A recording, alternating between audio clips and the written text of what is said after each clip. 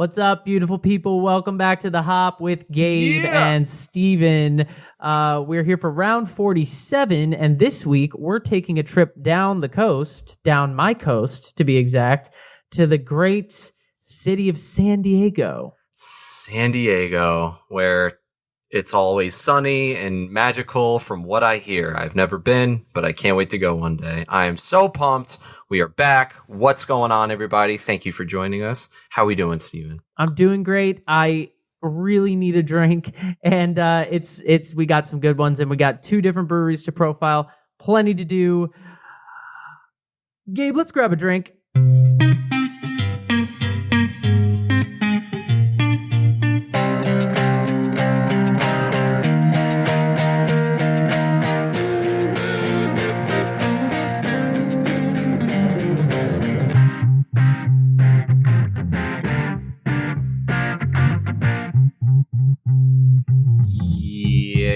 Yeah. 2 breweries, 4 beers, 2 hosts, 1 good time.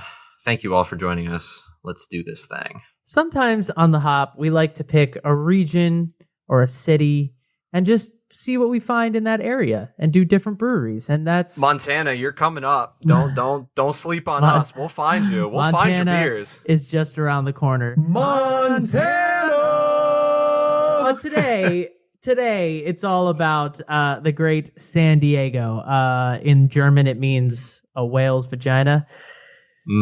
Shout out to Anchorman. Yeah, we're going to have a few of those this episode. How could we not? How could we not? It's like one of the first things we thought of when we found our breweries and we were like, okay, San Diego. I mean, how could your mind not go there? San Diego. And we have plenty to do. I mean, I'm ready to dive right into it. I'm ready. Let's dive. Beer news. All right, let's get into the news. First up, we have to report on a kind of twisted tale, I guess. Shelton Brothers is going bankrupt. Now, this is a beer importer based out of Massachusetts, and last week or earlier this month, they officially filed for bankruptcy and announced plans to permanently shut down their operation. This is an importer that's responsible for importing a lot of European beers that you may know and love if you're into imported beers, such as Cantillon, Driefonteinen, and De La Seine. And they also work with some American breweries for American distribution, including for Jolly Pumpkin Artisanal Ales, Anchorage Brewing Company, and Saint Somewhere, and a bunch of other ones. So it's not clear at the moment who, if anyone, is going to take over their current beer portfolio. But this company is shutting down. They're citing the pandemic, of course. They're having issues because a lot of their accounts were on-premise beer sales, restaurants, different things of that nature, and those things are obviously not in the best place. But I think the thing that caught my eye here is the festival. And this is a big beer festival that they've been doing for like 10 years. It's kind of a renowned beer festival that happens annually. It was originally slated to happen this past October. It was then postponed to March 2021, but now it's not happening at all, obviously because they're going out of business. But the company also put out a statement saying that they're unable to have the event or to give any refunds. Yikes. Which, like, understood, but also if I purchased the tickets to this, I would be kind of pissed. I can only assume tickets weren't exactly on the cheaper side, so yeah. From their website, they said, quote, "We were able to push our bookings with the hotel and venue by a year, moving the event to March 2022. But you probably know by now that Shelton Brothers won't be around then. It breaks our hearts to tell you this, but it also means that with all assets being claimed by the bank, there is no money available to give refunds. Fortunately, the credit card processing company confirmed that their insurance should cover the refunds, but you will need to contact your credit card company to initiate that." So basically, if you purchase a ticket to this, issue a chargeback and hope you win it. Woof. Yikes. Yeah, I mean, sad to see a beer importer go out of business due to the pandemic. But at the same time, they're just canceling an event and taking people's money. So yeah, there's going to be a little bit of blowback for that. So best of luck to all involved. Yeah. Moving right along, just a few weeks after launching a zero alcohol version of Guinness in Great Britain, Diageo is recalling the product due to a microbiological contamination that the company is saying some cans of Guinness 0.0 are unsafe to consume. Now, this is something we talked about not too long ago on The Hop, that they were making a Guinness draft with zero alcohol. Sounded like a great idea. Not so much. This is only affecting consumers in Great Britain and doesn't affect any other Guinness products. But at the same time, this is not looking up in the moment. I think my first question was, why are we trying to make Guinness non-alcoholic? But, inclusionary. I don't want to be that guy. But yeah, this is not ideal, and hopefully they can get this corrected very soon. That way we can all enjoy Guinness. I always have that thought initially, and then my brain goes like, no, Steven, come on now. Like, there's some people, want a non-alcoholic option, or some people trying to be a little healthier but still get the taste that they love. So like, I'm not judging non-alcoholic beer drinkers the way I judge seltzer drinkers. But it's just kind of ironic that Guinness has been making people happy for centuries, and then they release a beer that's supposed to be healthier for you, and it might have a microbiological contamination in it. I want to know I want to go to the Guinness brewery. I want to go there and figure out what exactly that means. Like, we were only able to find so much information, but like, did something happen with the can? Did something happen with the fermentation process? Like, I'm very interested in the downward spiral science of this whole experiment. So if I was a religious person, I would call this a sign from God. I'm really excited about this next story. There is beer being brewed on the island of Manhattan for the first time in decades. I'm sorry, you're excited about this? Yes. Because I'm pretty thrilled. Yes, because I have been saying to people for years, it's an amazing thing to me that there's no beer brewed on the island of Manhattan. Like, it's such a marketing angle that is completely untapped right now. And I understand why. Space, it's expensive. Like, I get it. I don't need to be, lectured on why that is the case. I'm just saying it's amazing to me that on all of Manhattan, there's no beer being brewed. It's all imported. Even a Manhattan brewery, I mean, ABC Brewing, there are plenty of Harlem Brewing. There are plenty of breweries that claim to operate out of Manhattan, but they brew outside of the island. Well, Torch and Crown Brewing, brewery that's been operating in the Bronx since 2017, has now opened a production facility in Soho, which now makes them the first Manhattan brewery in decades. And Manhattan used to be like back in like the 20s, Manhattan used to be a booming craft beer and beer brewing city, specifically apparently neighborhoods like the Upper East Side. Gabe? We were just a few years too late, Steven. Our former home. But now it's happening in Soho. So Torch and Crown space includes a restaurant. It measures 9,000 square feet over 3 levels and boasts soaring ceilings, ivy-covered walls, and enough seating for 250 people inside and 180 people in the heated outdoor space. Really useful right now. If you take a look at the pictures, it looks fantastic. This is a spot worth visiting, and I'm so excited that there's beer being brewed in Manhattan again.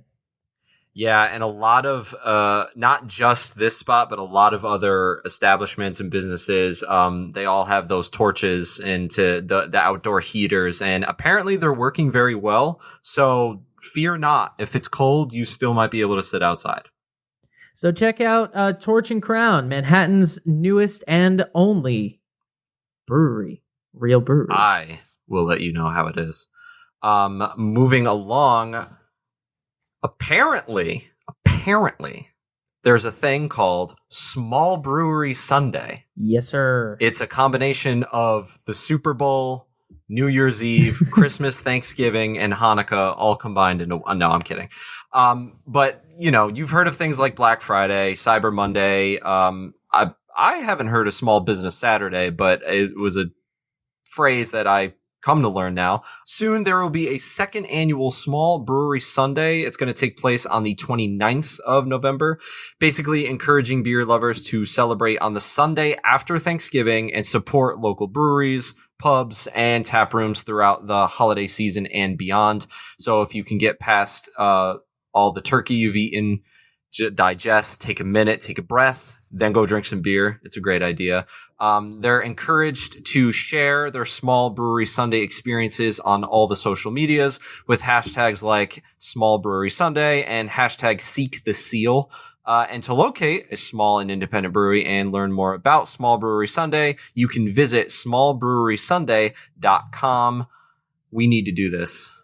This is going to be my favorite event of the weekend after Thanksgiving itself. It will be Can't wait. A little lonelier this year, a little more socially distant, but they're still going to play football. I'm still going to cook, and there's still going to be Broadway performances in the morning. Yes, Don't there ask are. me how, because these people have been eating potato chips on a couch for 8 months, but somehow they're all going to gather and sing and dance somewhere. It's going to be a showstopper. I'm ready for it, and maybe they'll drink beer after it. I don't know.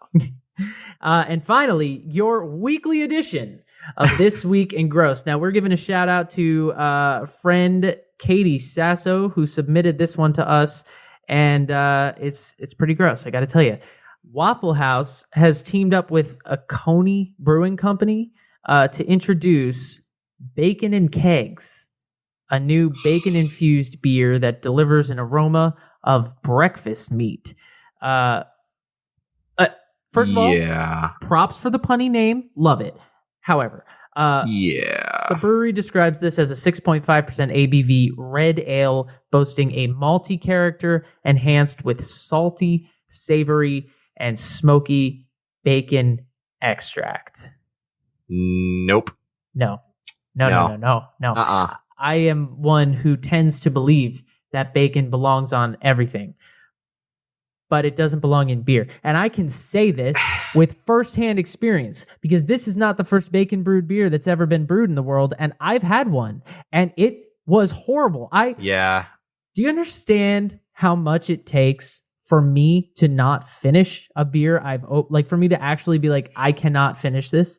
It's one of our golden rules. Like, we see some of our friends, like, we'll go out to grab a drink and they won't finish a beer and we'll, like, yell at them. But yeah, I think I remember you telling me about this and I was like, what? Really? You couldn't finish? And yeah, it was, it almost never happens. Doesn't matter if there's ghost peppers in it. It doesn't matter if it's water. It doesn't matter if it's got corn syrup in it. Stay thirsty, my friends. Will generally finish a beer, but this bacon one I had, I could not finish. And now there's a new bacon one, and I will not be in line. The brewery reached out to the Waffle House headquarters in Atlanta about teaming up for a beer, and this is what they came up with. And I have to be honest, I agree with you. I think bacon does belong in everything, but I think when they say bacon extract. So that to me is like, when you're making bacon in a pan and then you take the bacon out and what's left in the pan. That is what I'm picturing them. Obviously, it's not what they're doing, but that's what I'm picturing them putting in the beer. And it's like, That sounds even worse. Just if that was the case, it would say Fatback. Fatback Brewing Company is coming out with their flagship Fatback coming beer. Soon to This Week in Gross, a beer brewed with bacon fatback. And of course, what they're saying is like, it goes great with breakfast. It's like, like obviously that's the target market, but I'm going to have to give this one a thumbs down. Yeah, that's going to be a no. Welcome, Waffle House. Never thought you'd make it to the hop, but you have. And you made it to This Week in Gross. Ugh. All right. It's time to get down to the great, great beachy city of San Diego. You stay classy, San Diego. Mm-hmm. You got it, Ron Burgundy. Can do. Gabe, take us into it. Let's do it. These are the wise words from Joaquin Miller.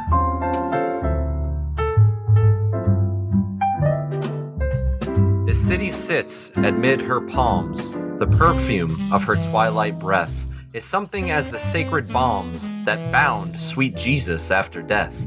Such soft, warm twilight scents as lie against the gates of paradise. Such prayerful palms, wide palms unpreached. The sea mist is as incense smoke. Yon ancient walls a sermon preached. White lily with a heart of oak. And oh, this twilight, oh, the grace of twilight on my lifted face. Raise a glass, San Diego. This one's for you. A little poetry, a little smooth jazz. You know, that's how we get into it, baby.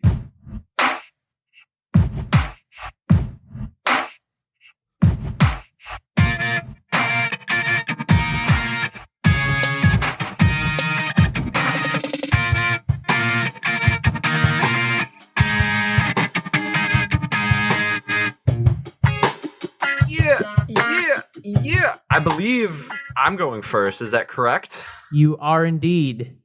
Yes, indeed. So I'm kicking things off. We are starting with Second Chance Brewing Company. They are a great beer company. They are all about giving back and reducing their carbon footprint. We'll obviously dive into the brewery a little bit later, but that was one of their main focuses is make great beer, make different beer, make beer we like, bring people together, and recycle, carbon footprint, all of that good stuff. I'll fill you in on the details later, but for right now, I am kicking things off with the Fluffy Tangerine Clouds Hazy IPA. This is one of their limited releases. I was not able to find this anywhere on their website, so I believe they have stopped making it, hence limited release. So this clocks in at 7%, has 32 IBUs. On the SRM chart, it looks like orange juice again, a little bit darker. It's definitely hazy. It's got that light hazy orangey color. I would put it at about 11 to 12, 13-ish in that range. Beer Advocate has yet to review it. On Tap, give it a 3.92. Not a lot of lacing, some. It's moving down the glass kind of quickly. On the nose, I wonder if we'll get tangerine. Hey, Steven, I smell tangerine. No way. You don't say. No way. This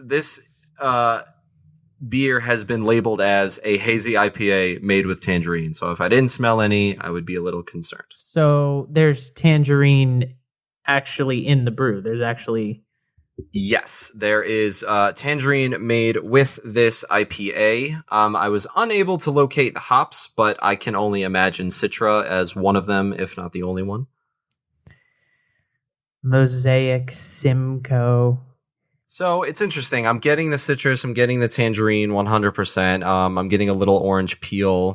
Kind of makes sense. But I'm also getting hops. It's not overpowering, but it's definitely there. This is a 7%er, so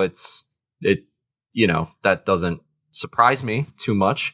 I'm getting, what is that? I guess you would call it earthy and grassy. It's like hops, but it's not, it's like accented and there's like a little bit more to it. Yeah, it makes me wonder if there's probably some dry hopping involved. You know, when you get into the hazy thing, that's typically what you see, and probably some like Citra mosaic-y hops, which do tend to be more earthy, like you're saying, and less of that bite. Resin. Right. Yeah, I think you're 100% correct on that. I wouldn't call this bite. We'll see what it tastes like. Here we go. Huh. It's a little creamy. Is it? Would you say it's fluffy? It's a little creamy, but it's very carbonated. It's got a good carbonation to it, but it goes down very smoothly, and it's got all of those flavors to it. It does taste a little bit like a spiked orange juice. I will give it that. Obviously Interesting. moving in the more tangerine side of things, but it's close. Yeah. But yeah, it's definitely got that flavor. That's the only flavor I'm getting though. Like I'm not getting like, oh, there's like grapefruit and peach and this and that. Like I think I'm just getting tangerine orange.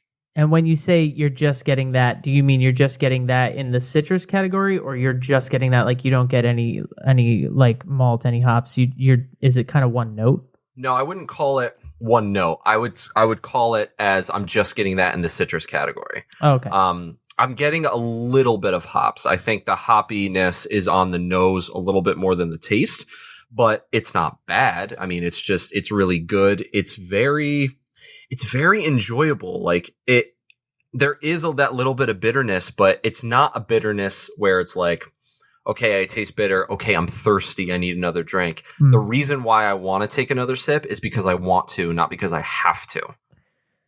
Which should always be the case, ladies and gentlemen. Yeah, This is a PSA from the hop that you should always only take another sip if you want to. If you want to, not never if you because need you to. have to. Yeah. Quick note from the brewery. This smooth, fruity, and supple hazy IPA will leave you feeling like you're floating on a cloud, a fluffy tangerine cloud. I don't know if I'm floating on a cloud, but I'm definitely enjoying this, and I want to keep drinking. I wish I had more, and I am a huge fan. For time purposes, I'm going to direct it to you, but overall, second chance, solid. Well, they're here to stay for the episode, so that's good. And Thank for me, God. I am drinking from Pizza Port Brewing. This is the first time I've had beer from a pizzeria. That's a craft beer company. It's Hell yeah. a little confusing because Pizza Port has a bunch of locations. One of them branched off, teamed up with our boy Tommy Arthur and the Lost Abbey people, and they became Port Brewing. So Pizza Port Brewing, not Port Brewing. Pizza Port, separate situation. Boom. But that's who I'm drinking today. I'm kicking things off with their California Honey. It is a blonde ale with honey. The brewery describes this as pale straw in color, fruit ester with aromas and flavors of honey with a crisp, clean finish. And I mean, they're bang on the color. It's definitely clear gold, pale yellow kind of color. Very, very clear. Like See through. I can see you through that glass. Yeah, you can see me through a camera through the glass. A little bit of bubbles coming up, but the head retention was fine. It was sort of a fizzy white head that lasted a bit, but it has receded into just a ring around the glass. No lacing, though. It looks very clean, straight, and to the point. This one is 4.6% ABV. Beer Advocate has it at 82. Untapped has it at 3.55. And if we're looking at the SRM chart, I would call it a 2, 3, or 4. Probably more like a 4. It's a little more golden than it could be. Right when you were holding it, it was right in the light, I so know, it looks like a light is shining through it. Yeah, literally, that's awesome. Yeah, it's a blonde ale. It's called California Honey, and I think this is just sort of a Cali summer sipper type beer. The can has pictures of honeybees and a truck with a surfboard, and that's kind of this brewery in a nutshell. Honestly, they are a Cali brewery. They are surfboards and skating boards and like beach all the way, sunshine, sun sand, drink in my hand. Pizza Port Brewing. All right, on the nose, you definitely get those clear malts. It smells like a Pilsner almost. There is an absolute hit of honey right up front. You get this sort of sweet honey note or agave or something like that almost. Wow. Like pure. That's so interesting. I don't think I've ever had a beer made with honey. Straw for sure. And all those cracker yeast and some stone fruit too. So a little bit of like melon, a little maybe green apple, like that lighter side of things. But really it's an ale, but it smells like a Pilsner kind of. It's like, or a lager. Such a badass name, Pizza Port. That's great. Ooh. The taste does follow the nose, but it's surprisingly complex. It has a lot more layers than I was expecting it to have. The first thing you take in right off the bat is some sort of honey or bread, yeast, kind of that malty sweetness up front. As it goes to the back, some more kind of things open up. There's definitely some cracker. There's a pepperiness to it. The stone fruits come through for sure. I would say pear. I would say maybe even a little grape. Maybe that like a little bit more condensed sweetness. You can definitely find some grains, some grass, a little bit of corn. I don't know that the hops are particularly present in here, which is to be expected. I mean, it's a blonde ale, but the hops are definitely muted. What's leading the charge is the malt. It's very clean in the mouth. I would say it's kind of light-bodied, but the carbonation is good, which gives it a nice like zing, and sort of lets it sort of dance over your palate, if you will. How does it compare to like other blonde ales? Because I feel like it would be a little bit more interesting made with honey and just like the overall description of it. Like, is there a difference? Not really, no. It's the honey is like, it's much more prominent on the nose than it is in the taste. In the taste, and that's good. I mean, like, I feel like if you took a sip and all you got was the honey, it would be too sweet. It would start to act almost, dare I say, like corn syrup. And Stay thirsty, my friend. that's not what we want. That's not what they're going for. Absolutely not. But instead, there's a complexity. There's, like I said, those fruitiness, the fruity esters, the yeast, all these other things start to kind of open up, and it makes it a more expansive drinking experience, which is really pleasant. But it is, like I said, it is like a ale mimicking a lager. So to that end, I think this is a perfect alternative for somebody who's maybe a Bud Light drinker, or I'm not going to play the drop again, but one of those. We all know you want to. I really do. If you're looking to branch into something a little bit more on the crafty side, or if you have a nerdy friend like Gabe and me that drags you to a craft brewery and you're like, I just want to be drinking my Heineken, get this, because it's going to have all those flavors that you're used to. It might surprise you a little bit. And because it does have the honey in it, it's even like I said, like it's got that sweetness that you might be used to from all the corn syrup you're used to drinking. So I think it's really good. And for our purposes, it's clean. It's very crushable, easy drinker. And here's the important thing. You know what this would go really well with, Gabe? Oh boy, what? Pizza. Because all of the flavor of the pizza, this wouldn't overwhelm it at all. You could just drink this and not even have to worry about it. You're eating pizza. You're on a mission. And if we've learned anything, honey does belong on pizza. And if you think we're wrong, try it and get back to us. I changed your life that day. I will 100%. Yes, you did. You said, no. Let's do it. And I was like, all right, we'll try it. And whoo. I was right. That's dope. Yeah. So Pizza Port Brewing, it's like I said, it's Southern California, man. It's a surfboard brewery. It's chill. It's laid back. It's San Diego. Dude. Exactly. It's rocket power. This brewery is rocket power. Oh yes, I'm so glad you said that. How's that for a ref? It was established as a pizzeria in 1987. In Solana Beach. It was founded by a pair of siblings, Gina and Vince Marsaglia.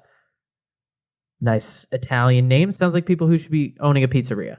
Hey, Marsaglia, give me a slice. It was a 7-barrel brewery system at the time. It since has gotten much larger. And it was added in 1992. So that's when they first started distributing beer and having beer on tap and things like that. And so they became a part of this like booming craft beer scene in San Diego in the early 90s and really helped put the San Diego craft beer scene on the map. Now, as I mentioned, they have 5 locations, one in Carlsbad, which is where my beers are from. One in San Clemente, one in Ocean Beach, and most recently they opened one in the Brezzi Ranch community of Carlsbad, which introduced a canning line and basically allowed the beers to get to me. And they have a bunch of other stuff too. They have in one location, they have a bottle shop with a ton of beers from here, there, and everywhere. And so they're doing really well down there. Just like I said, they had a 6 location. It spun off. It's Port Brewing. Do not get those confused. It is confusing. But they're a great brand where in pre-pandemic times you could go grab a pizza, grab a beer, really chill vibe. They've won awards on awards. The Solana Beach location was named Small Brew Pub of the Year in 03 and 04 by the GABF, Great American Beer Festival. That's me, but just with the wrong letter. In 2006, it was named one of the top 50 places to have a beer in America by our friends over at beeradvocate.com. And they've now won over 100 medals in total at the GABF, which is the most of any craft brewery in history. And then in 09, 2010, and 2011, the Carlsbad location was named Large Brew Pub of the Year. So some people like this beer. It's a genius idea because, we've learned that, not everyone likes beer, but everyone likes pizza. So you go grab a pizza, you need something to drink. Like you said, if you don't really like beer or if you like the, kind of the more subtle beers, you're like, all right, well, give me something that's just kind of low key. You grab the honey you drink it. I mean, it's perfect. Yeah. And I'll get into what's on tap, but this is a place that has something for everyone. I mean, they have everything from what I'm drinking right now, which would make your Bud Light drinkers very happy, to they got barrel aging programs going on. They have beers that they don't even brew. If you go to that bottle shop, you can get beers from all over the world in this hundreds and hundreds of bottles that they have in there. So something for everybody. Can't speak to the pizza. However, from the pictures, I have to say the New Haven in me was a little disappointed, but if you want to get in a fight with someone, bring up their pizza choices in California. Just shit, I'll say it. They don't know what's up. Come on, California doesn't pizza. We do other things. We don't pizza, but New Haven, this place baby. does. That's awesome. Anywho, let's grab round 2, and then I'll dive into Second Chance. Fun. Okay, all right, okay. We're going to keep this party rolling. I am moving right along. I am headed toward dessert now. I saved this beer for last on purpose.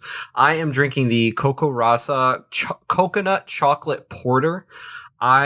First off, I got both of my beers off of craftbeerkings.com. Shout out to Craft Beer Kings. I saw this beer and I was like, need, must, have, definitely. I got 2 of them. I normally just get one. I needed a second one. It looks and sounds amazing, so here we go. Clocking in at 6.2, IBU's 32, SRM chart. This is up close. It looks dark brown, but I'm sure over the camera it looks jet black to you. I can see a little light around the edges. A little bit, yeah. So we're gonna call this 39-40. Beer Advocate gave it an 87. Untapped gave it a 3.86. The note from the brewery says, this is why I call it dessert, a deep roasted malt porter with cocoa nibs, vanilla beans, and toasted coconut, decadent without being too sweet. Flavors are reminiscent of a Mounds bar or German chocolate cake. Nom nom, David. Oh my sweet heavens. I am so pumped. Here we go.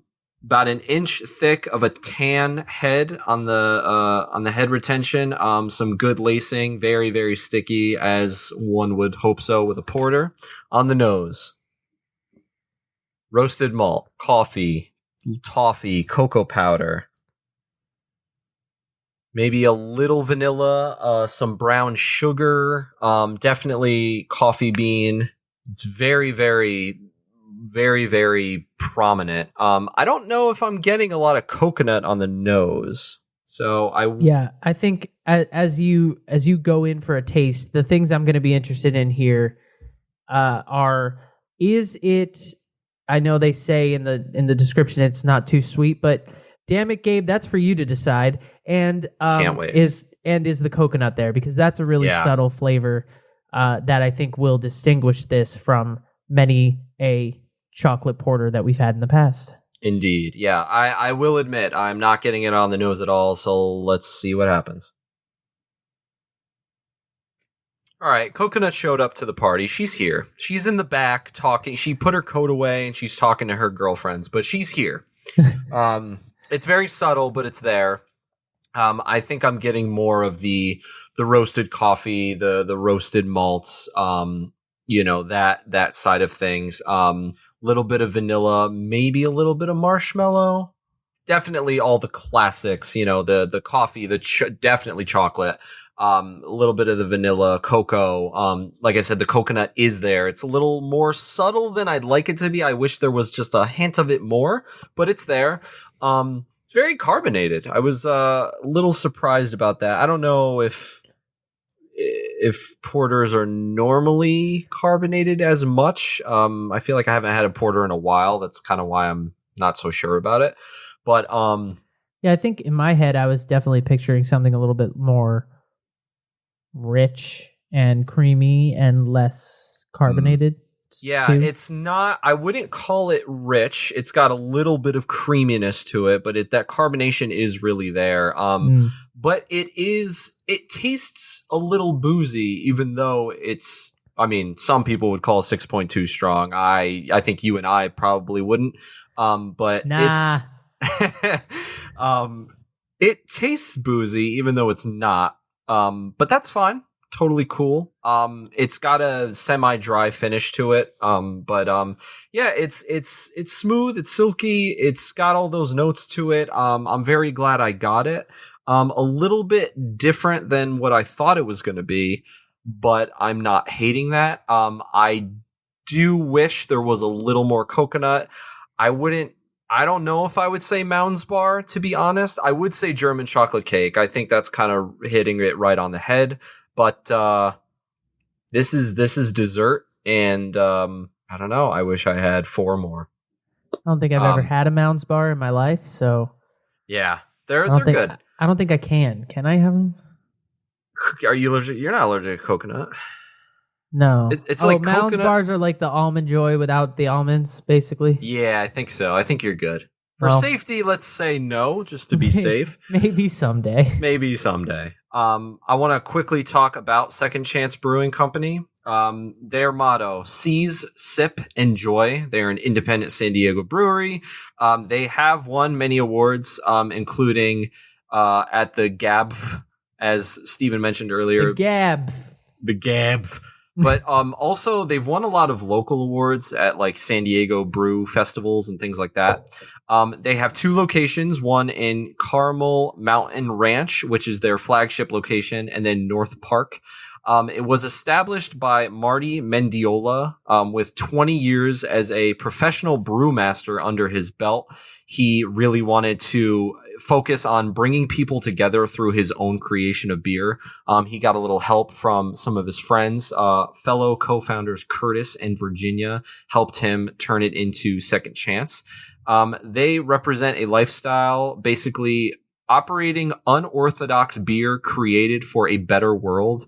And I think we can all agree with the world we're currently living in. We all kind of want it to be better. So why not have it be better with Second Chance? The name comes from turning unexpected opportunities into second chances. Also, at the breweries, they use, I mentioned this earlier, but they deal a lot with recycling and with reducing their carbon footprint. So a lot of the materials that they have, like the chairs you sit in, they have trash bags that they made like, the bags that the malts come in or the grains come in. They took those and made trash bags out of it. So all of these materials and items they have at the locations are reused, aka a second chance.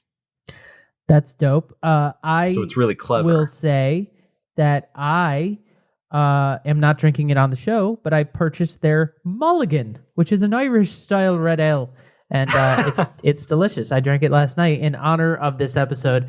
I didn't drink it on the mics, but I drank it in preparation to just get myself mentally in the mood. It makes perfect sense. They have a lot of great beers, so that's awesome. I would be interested in hearing more about that. It's a silver award winner from the San Diego International Beer Competition, according to their website. But we love red ales. Oh yeah, so this is a great one. Yeah, it's really good, and it has a nice Irish name. One of my people. So, Virginia Morrison, who is one of the co-founders and I believe is the current CEO. If you go on the website, you can hear her talk about how they basically made a hashtag, how we second chance. She says every day should be Earth Day. Here at Second Chance, we are always striving to give back and reduce our carbon footprint. And as I mentioned, they recycle the items, and they're working with many organizations. If you go on the website, you can check them all out. But they're working with organization after organization to, give back to the community, but also, recycle and do all those good things. Just to wrap up, their Carmel Mountain Ranch is the flagship location for the 30-barrel brewhouse. All production is done on site by Marty Mendiola, and the team. They have a tap room with year-round and seasonal selections, on tap daily, as well as some of their canned favorites, to take home. And it's typical brewery, not so much anymore with COVID, but typical, games, events, food trucks, all that fun stuff. And then here's where it gets interesting. Their North Park location has a beer lounge. This is the chill spot for Second Chance. They've got just like a cozy and inviting atmosphere. They've got year-round selections. They've got seasonal selections, and they have lounge exclusive beers that are poured from time to time. So if you're in that area and want to put your feet up, grab a beer and hang out bring your dog, they're dog friendly. Go to the North Park location, but as I mentioned, the Carmel Mountain Ranch is the flagship location as well. Second Chance Brewery is a really, really great brewery, and they have great things on tap that we'll both get into in a little bit. And that is my sense in two cents, whatever I've been drinking. Steven, go. Okay. Well, I'm going to take us back to Pizza Port, and I'm going to follow up the California honey with the KOOK. KOOK. DIPA. It's a double IPA. Nice. Called the KOOK. KOOK. It is an 8.5%er double IPA brewed in the West Coast style. From the brewery, exuberant tropical fruit aroma leads to juicy grapefruit, pineapple, and citrus flavors. This beer is a prime example of a San Diego IPA with pale straw color, restrained malt character, a bone-dry finish, and loads of hops from first wort to dry hop. Ooh. Sounds like the kind of beer that your boy is into. They literally said, we have a kid who lives in LA currently. We need to make him a beer, and this was it. Yeah, let's bring back the West Coast style, people, as if it ever went away. Also, this is the second week in a row that we've had a brewery reclaim a beer style for their own like we had last week that brewery calling it a Northeast IPA because they're in New York, and now we have a San Diego IPA. It's a West Coast IPA, but whatever. Industrial, get it together. Take it. All right. The hops in here are Chinook, which is the dominant hop, Amarillo, Eldorado, CTZ, and whole melon hops. So there are more than a few. That's a new one. And ratebeer.com has it at a consensus rating of 97 on 31 pages of reviews. So it's popular with the beer drinkers. Sheesh. Over at Beer Advocate, 90, Untapped 3.91. So that's what we're dealing with. Now, I'm working out of a snifter glass. We got a color that I would call golden amber. Again, very clear. A little bit of, like you like to say, not haze, but a little cloudy. How you usually say it. But really, it's very clear. It's plainly not a hazy, juicy IPA. It is plainly a West Coast style. And on the SRM chart, I would put it maybe around a 5 or a 6. The head was a nice eggshell color. retained for a bit. It's now in a ring around the glass, and I can already see some decent lacing with plenty of bubbles, a bubbling up. So here we go. Ooh, yeah, this one's going to be hoppy for sure. The hops are tropical, definitely grapefruit, pineapple, maybe some tangerine, but just behind that, there's a decent, a surprising amount of malt character, maybe a little bit of like vanilla or bread, and then you just get that resin, man. You get that thing that I love so much, that nice bite. Jolt of bite that you know is just going to hit the back of your palate. I mean, at 8.5 DIPA, I would hope so. Yeah, I mean, plenty of citrus mingles with grass, mingles with hoppy. I'm ready. This KOOK is going to kick you in the keister. Sorry. He tried it. I tried. This KOOK is going to kook you. Okay. Yeah, up front, the citrus is there. More so than it is on some of the real hop bombs. Like, I think this is different from like Road to Ruin, from Two Roads or 6 Points Resin, because there is some decent citrus up front. Definitely some grapefruit, definitely some tangerine. But then back of the palate, those bitter taste buds, that's where it takes over. Definitely bite, resin, pine, earth, all of the hop character that you love so much. All of what you expect from a West Coast IPA. The flavor. Is it very like smooth? I think it's like challenging. It's like you take a sip of it and there's just like a lot coming at you. It just like sort of washes over you. It's like there's just a lot going on. This one, so the California honey I said was great for like someone who likes like easy drinking, someone who's maybe not a craft No, this is for those of us that love the hop and love the double. That's why it does so well on, Beer Advocate and Rate Beer and all those websites, is because makes sense. People that review beer tend to be hop heads and tend to look for these kinds of beers, and this one follows through for sure. I mean, it's got just enough citrus to give it complexity, to give it layers, and to pay homage, if you will, to the New England style. And then it's West Coast or San Diego, whatever. Medium bodied, I would say, pretty decent carbonation. The ABV does hide a little bit. It's there, but it's not like you don't take a sip and go, oh, booze, but so it can sneak up on you like that. But the aftertaste just stays with. I mean, the hops just stay with you. This is not crushable, obviously, because it's 8.5. But this is not. You gotta take your time with this one, and you're gonna take your time between sips because of the ABV, but also just because those hops linger, man. It's just like you gotta I bet. Sip on it slowly. I bet. And enjoy every sip.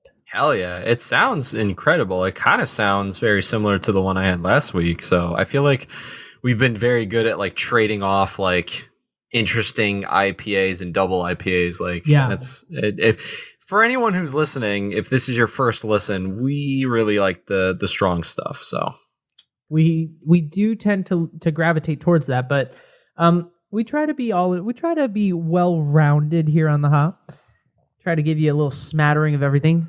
A little bit of this, a little bit of that. And just to wrap up Pizza Port, I mentioned, we don't have time for me, of course, to go into everything that they have on tap. It is just because we're talking about 5 locations. But like I said before, they have really something for everyone. Plenty of IPAs, everything from amber ales to red ales to an imperial red ale to oatmeal stout. With the Quaker guy on it, hey, Quaker guy on the label. He's drinking beer now. They have a triple IPA with the Rick and Morty dude on the label. Cool! Look at that. They've got sours, they've got stouts, they've got everything you could ever want. They've got it all over the place. So if you're in San Diego, journey around to their 5 locations and find the one that's right for you.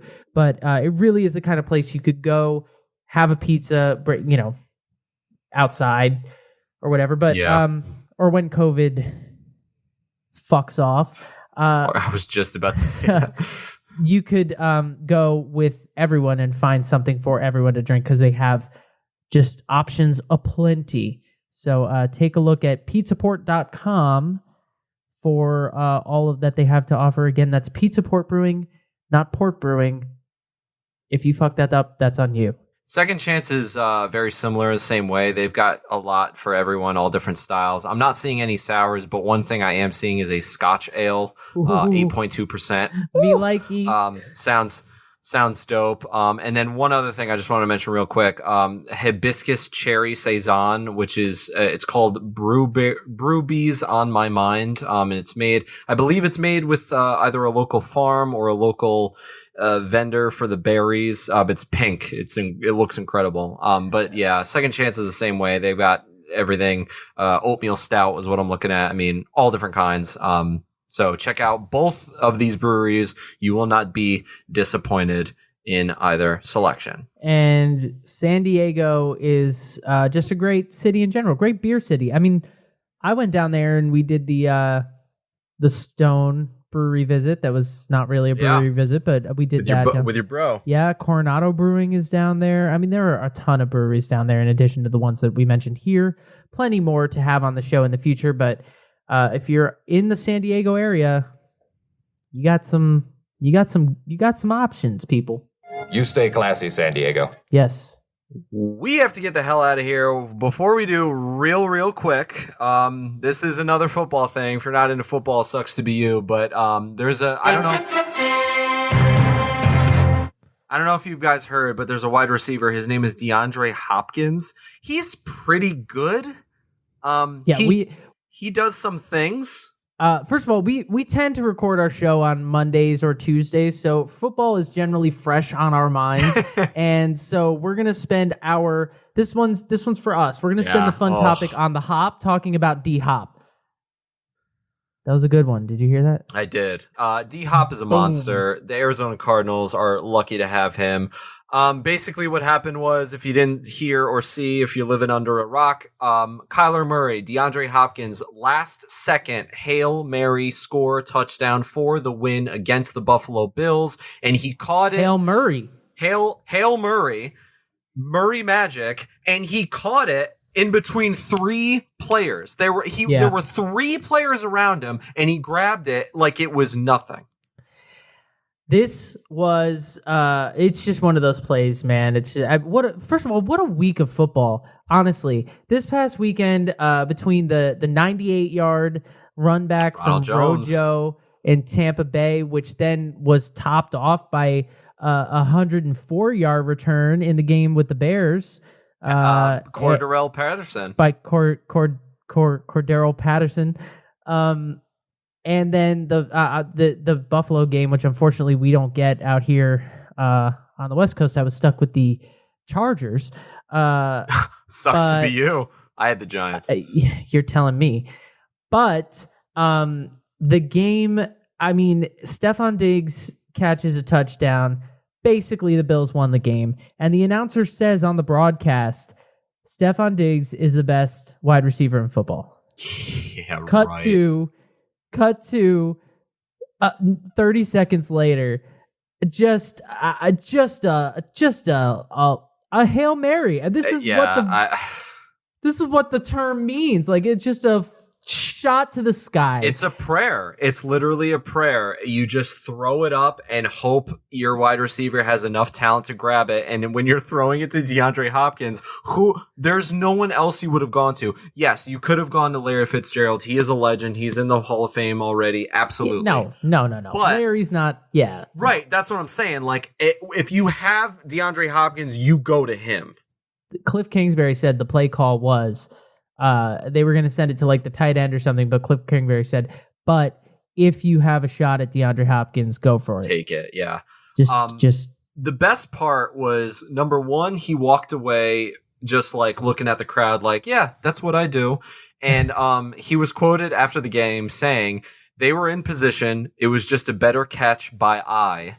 In basketball terminology, that's what they call when someone gets dunked on, but it was on 3 people. Sometimes I awe myself. I'm not going to lie. That is a direct quote.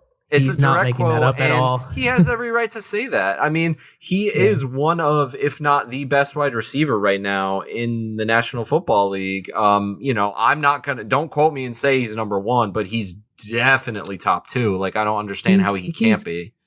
He's got a contention with another guy who happens to be wearing green and yellow, but yeah, he's up there for sure. Oh, Devontae? Yeah. Yeah. Okay. You know who really lost yesterday? The Bills technically lost that game, but you know who really lost? I think his name is Billy Bob. Bill O'Brien? What? What are you thinking trading him away? What were you doing? I mean, at that point, like, so if you want to make a trade, you trade away like Will Fuller. Like, he's really good, but like, you could trade him for someone good.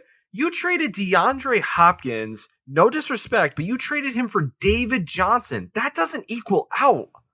No, not even close. Not He's David hurt. Johnson. He didn't play. Yeah, I mean, they didn't have any way of knowing that, but that doesn't even out. This David Johnson doesn't even out to DeAndre Hopkins, even across positions. It's crazy. It's insane. That's why I refer to him until he got fired as the general manager of the Arizona Cardinals, because that's the only person who won that trade was the Arizona Cardinals. I don't understand what this guy was, the head coach and GM of the team, which in and of itself, I mean, what other team does that happen anywhere else? Like, in and of itself, that's crazy. It does happen in sports. It happens in basketball quite a bit, but yeah, it's very rare. And he made a very bad call, and the owner was like, "Yeah, we're gonna move on, Billy Bob. Thanks for all your hard work, but you just traded you, Bill. You just listen. I love Deshaun Watson, but he is not their best player. It was DeAndre Hopkins, and they got rid of him. And yeah, Will Fuller is not holding it down that way. However, would I have liked if he got traded to Green Bay? Yeah, that would have been nice. To wrap up the last couple quotes from DeAndre Hopkins, he tweeted, "Never panic. Don't ever say it's impossible." And I would like to apply that to life. That's just me. I agree. Thank you for joining us for another round of The Hop. And thank you for bearing with us as we deal with football once a week. I know we're not a football podcast, but we're sorry. We like to pretend. It's our stuff. We do fantasy. It's what we do. It's who we are. Give us a follow at the HO Podcast on Instagram and Twitter. You can find us on Facebook. You can subscribe to us on YouTube, wherever you listen to podcasts. And most importantly, give us a rate and review on Apple Podcasts. If you have 2 minutes, we would really appreciate it. It helps the show. It helps us make it better for you. And that said, we'll be back next week for our Thanksgiving episode. Woo! Stay safe, everyone.